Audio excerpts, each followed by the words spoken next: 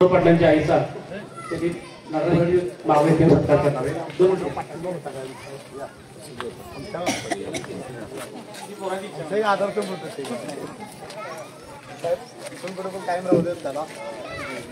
माजी नगरसेवक सौरभ बाबा पाटील साहेबांचा कागदचा ढाणा वागाचा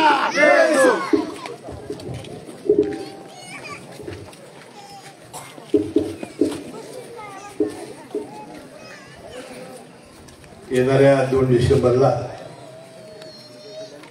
कागल नगर परिषदेच्या पंचवार्षिक निवडणुकीसाठी आपण सर्वजण मतदान करणार आहोत आणि मतदान प्रभाग क्रमांक 11 मधील आमचे 4 उमेदवार नगराध्यक्ष पदाच्या उमेदवार सौभाग्यवती सविता प्रताप मानेवणी, या विभागाचे उमेदवार उमेश आनंदा सावंत, श्रीमती रंजना दिलीप संगर, श्रीमती मीना विलास लोटे, या मानेवणीचं चिन्ह आहे घड्याळ, सावंतांचं चिन्ह आहे कवशी, रंजना संगरवणीचं चिन्ह आहे घड्याळ, मीनाताई लोटेंचं चिन्ह आहे घड्याळ. 3 घड्याळ आणि 1 कवशीवर येणाऱ्या 2 डिसेंबरला आपण त्यांचं बटन दाबून त्यांना प्रचंड मताने विजयी करावं आणि आपली सेवा करण्याची संधी द्यावी अशी विनंती करण्यासाठी मी आणि आज राजेसाहेब आपल्या समोर आलेलो आहोत.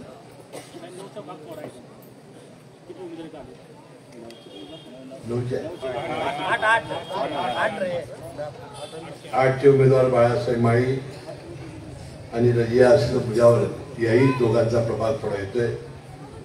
त्यांनी 3 बटणं दाबायचे आहेत, 2 घड्याळ आणि 1 कवशी. बंधूभगिनींनो, राजेसाहेबांनी आताच आपल्या मनोगतामध्ये 11 वर्ष आम्ही संघर्ष करणाऱ्या 2 व्यक्ती एकत्र कशी आली याचं एक विवेचन आपल्यासमोर केलेलं आहे. आणि आपल्या सर्वांना माहिती आहे की 11 वर्षामध्ये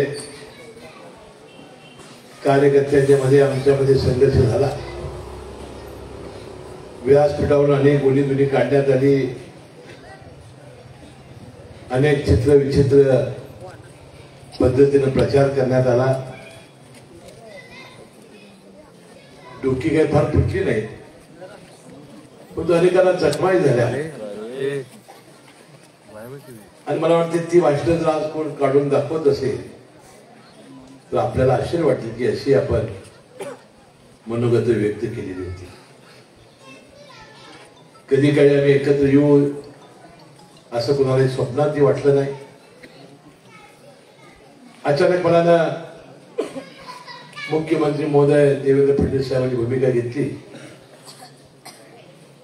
आणि आम्हाला बोलावून त्यांनी तालुक्याच्या विकासासाठी, जिल्ह्याच्या भल्यासाठी आणि जनतेसाठी आपण एकत्र यावं अशी पद्धतीनं त्यांनी मार्ग काढला. त्याचा उल्लेख त्यांनी केला की आम्ही अनेक चर्चा विमर्शानंतर लोकांना किती आवडेल, लोकांना किती पचेल, लोकांच्या मध्ये काय प्रतिक्रिया येईल, कार्यकर्त्याशी आम्ही साधेपणाने चर्चा केली नाही, सल्ला मसलत केली नाही. मुख्यमंत्र्यांचा तरी सन्मान आम्हाला राखायचा होता. आणि मग एकत्र येण्याबरोबर आम्ही त्याच वेळा मुंबईमधून सर्व कार्यकर्त्यांची माफी आणि दिलगिरी व्यक्त केलेली होती. आता 2 वर्ग आहेत. आम्ही एकत्र आलो, या तालुक्याचा संघर्ष संपेल, या तालुक्याच्या जिल्ह्याच्या विकासाला, जे जिल्ह्याचं विद्यापीठ राजकीय ओळखलं जातं ते चांगल्या पद्धतीनं वाढेल आणि आपला संघर्ष संपला. बरं झालं, आपल्या भल्यासाठी चांगलं झालं असं म्हणणारा बहुतांशी वर्ग आणि काही वर्गाला आम्ही भांडतच राहिलं पाहिजे.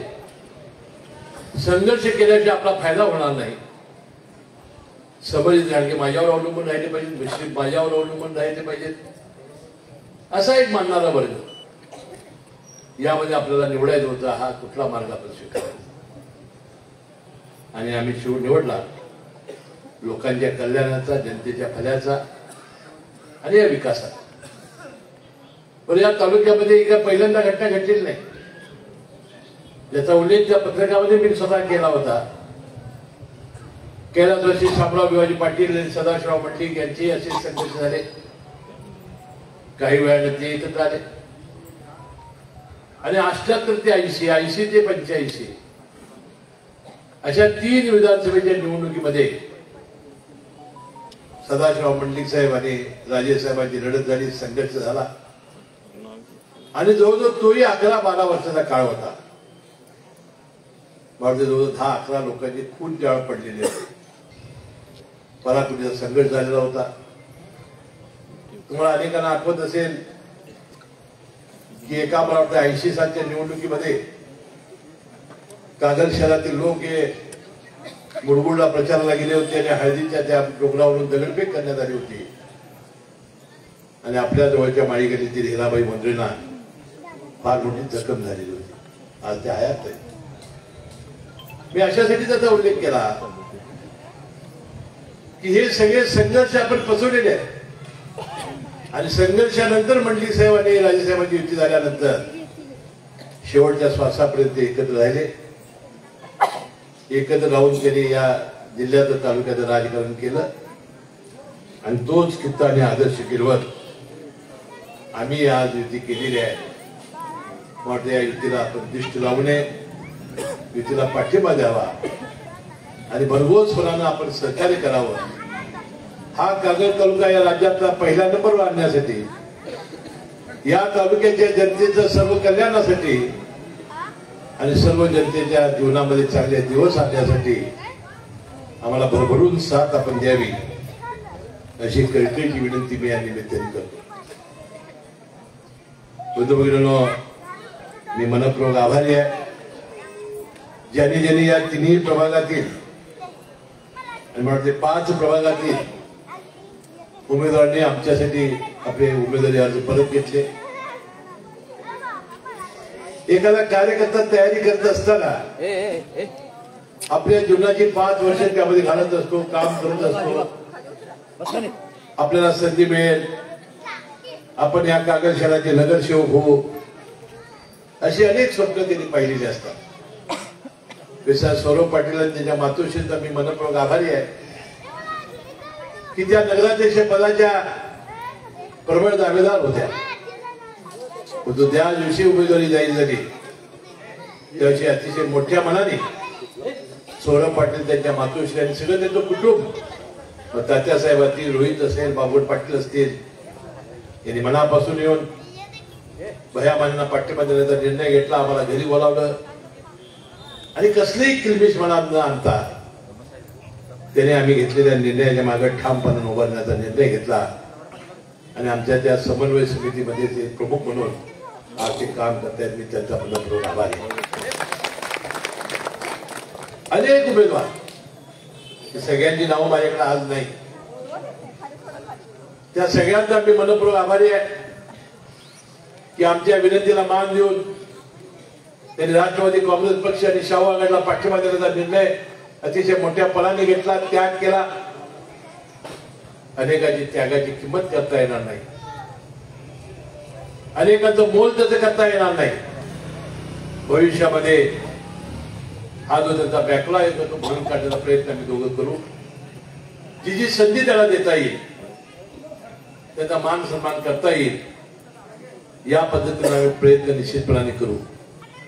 विशेषतः आज आपले रुपेश वाघमारे यांनी आज आपल्या उमेदवारी अर्ज परत घेतला. ते पूर्वीचे बामशेटचे कार्यकर्ते आपलेच आहेत. एक डॉक्टर बाबासाहेब आंबेडकरांच्या जो समाज आहे, आंबेडकरी समाज, हा एका तत्वज्ञानावर, संविधानावर आणि डॉक्टर बाबासाहेब आंबेडकरांच्यावर जीवापाड प्रेम करणारा आणि विशेषतः ही जी संघटना आहे त्या संघटनेच्या मुख्यतून कार्यकर्ते तयार झाले त्यांच्याकडून मागायला शब्दच नाही.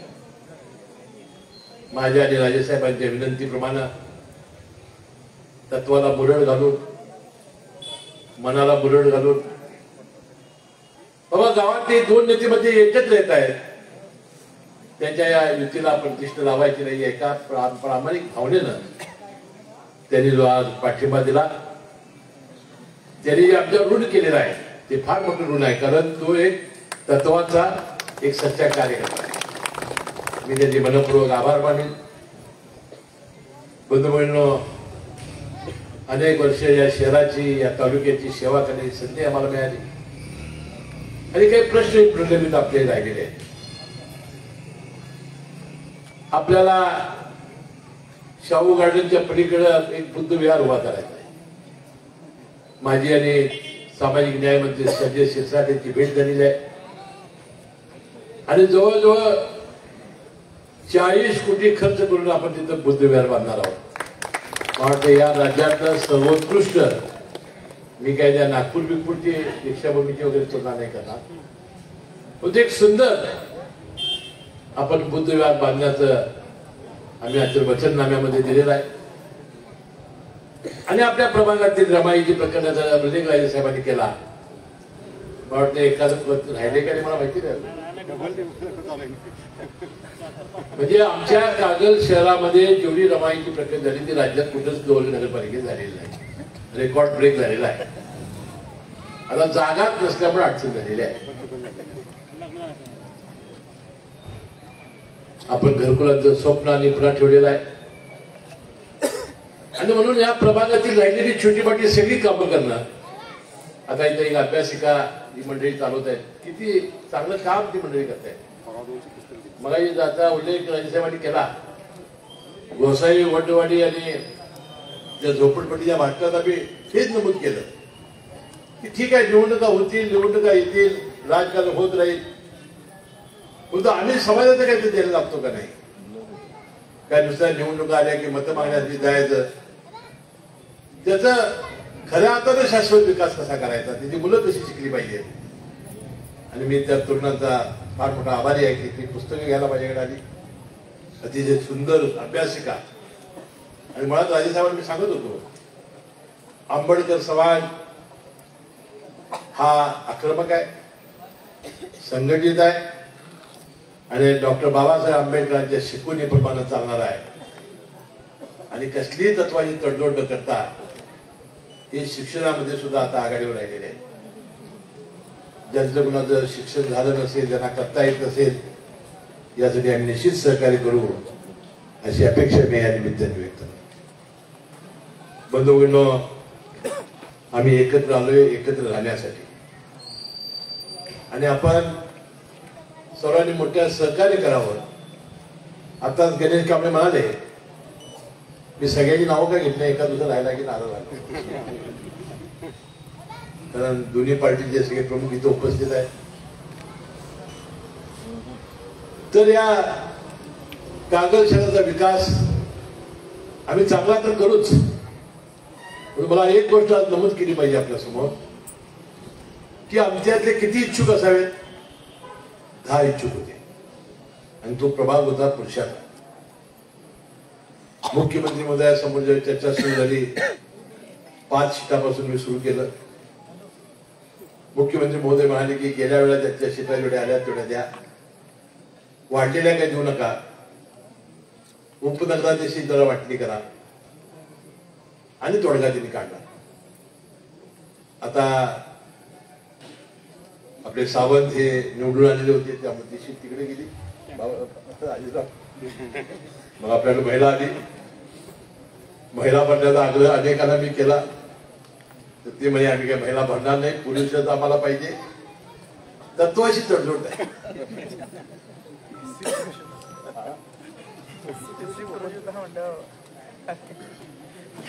ठीक आहे मी मनापासून सगळ्यांची त्यावेळेस सगळ्या उमेदवारांना बोलवून मी त्यांचं समजूत करण्याचा प्रयत्न केला. मी त्यांची दिलगिरी व्यक्त केली आणि मी मनापासून त्यांना सांगितलं हे खरं आहे अशा ज्या युती आणि आघाड्या होतात त्याला अन्याय होतो, ते समजून घ्या. आणि त्यांनी मनापासून मोठे मनाने समजून घेतलं आणि उद्या आता आपण बैठकीत बोलावली. बदल या निवडणुकीमध्ये आपल्याला एक प्रभाग, एक मशीन कुणीच दिली. अरे वार्ड नंबर या प्रभागामध्ये 6, 7 प्रभाग 1, 2, 6, 7, 9, 10 नंतर आपण घेऊन देऊ. यामध्ये एक मशीन येणार आहे. त्यामध्ये एक फिका गुलाबी हा नगराध्यक्षासाठी आहे. एका मशीनवरच नगराध्यक्ष पहिले येणार आहे, त्याला फिका गुलाबी आहे. 2 नंबरला जो अ आहे त्याला पांढरा कलर आहे आणि प्रभाग ब मध्ये निळा कलर आहे. हे नगरसेवक आहे. प्रभाग क्रमांक 3, 4, 5, 8 आणि 11. 3, 4, 5, 8 आणि 11 यामध्ये 2 मशीन आहे. यामध्ये आता ती नावं उद्या प्रभागाप्रमाणे येतील. यामध्ये 4 कलरचे हे लावणार आहेत. एक गुलाबी, पांढरा, निळा आणि पिवळा. आता ही मशीन डेमो आम्ही दाखवू. हा ते जायचं आणि दाखवताना डेमो घड्याळ आणि कबशी जिथं असेल तिथं कटाकट बटणं लावायची आणि कुणी करून आवाज आला की बाहेर पडायचं. तुम्हाला बाहेरच पडायचं. यावेळेला पावती पडणार नाही, व्हीव्हीपॅट यावेळेला नाही. आणि आपण सांगितलं की सगळ्यात जास्त मतदान आम्ही प्रभागामधून घेऊ. कारण तुझ्या सगळ्यात मतदान जरी 3 उमेदवार असले मतदान तुमचं आमच्याकडे कमीच आहे. आम्ही 37 आहे. 24 काय दिले 100% मतदान आमचं होणारच आहे. प्रभाग क्रमांक 1 म्हटलं आम्ही पहिला नंबरला येणार. प्रभाग 2 म्हटलं आम्ही प्रभाग लवकर येणार. गोसाईवाले आम्ही येणार, तुम्ही आता येणार. 4 चाकी गाडी, मग आम्ही अँब्युलन्स देतो म्हणून सांगितलं.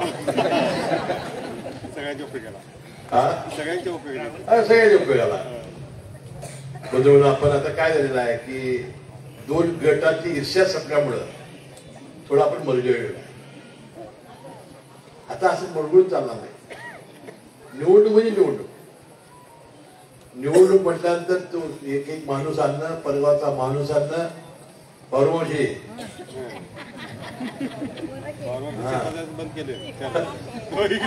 मला काल सांगितले शेतातच आहे ते 4 दिवस. जे लोक आपण मतदान लावून घेतलं असतील, ज्या ज्या प्रभागात असतील. आता नवीन मतदार याच्यामुळे घोळ काय झालाय. आता मला भयामध्ये सांगत होते आणि हनबर्गेतले लोक सांगत होते मला, साहेब जो माणूस उठतो ते आमच्या ते 40-50 दुसऱ्या वार्डात लावतो. तो तिकडं नितीन दिंडे तिथं नगरसेवक झाला, त्याला 50 माणसं तिकडे दिली हनबर्गेतली. नंतर कोण आणि कोण झाला आणि कोण तर घेऊन गेला. आणि म्हणून इकडची माणसं तिकडं, तिकडची माणसं इकडं. या मतदार यादीचं वाचन सगळ्या कार्यकर्त्यांनी करण्याची आवश्यकता.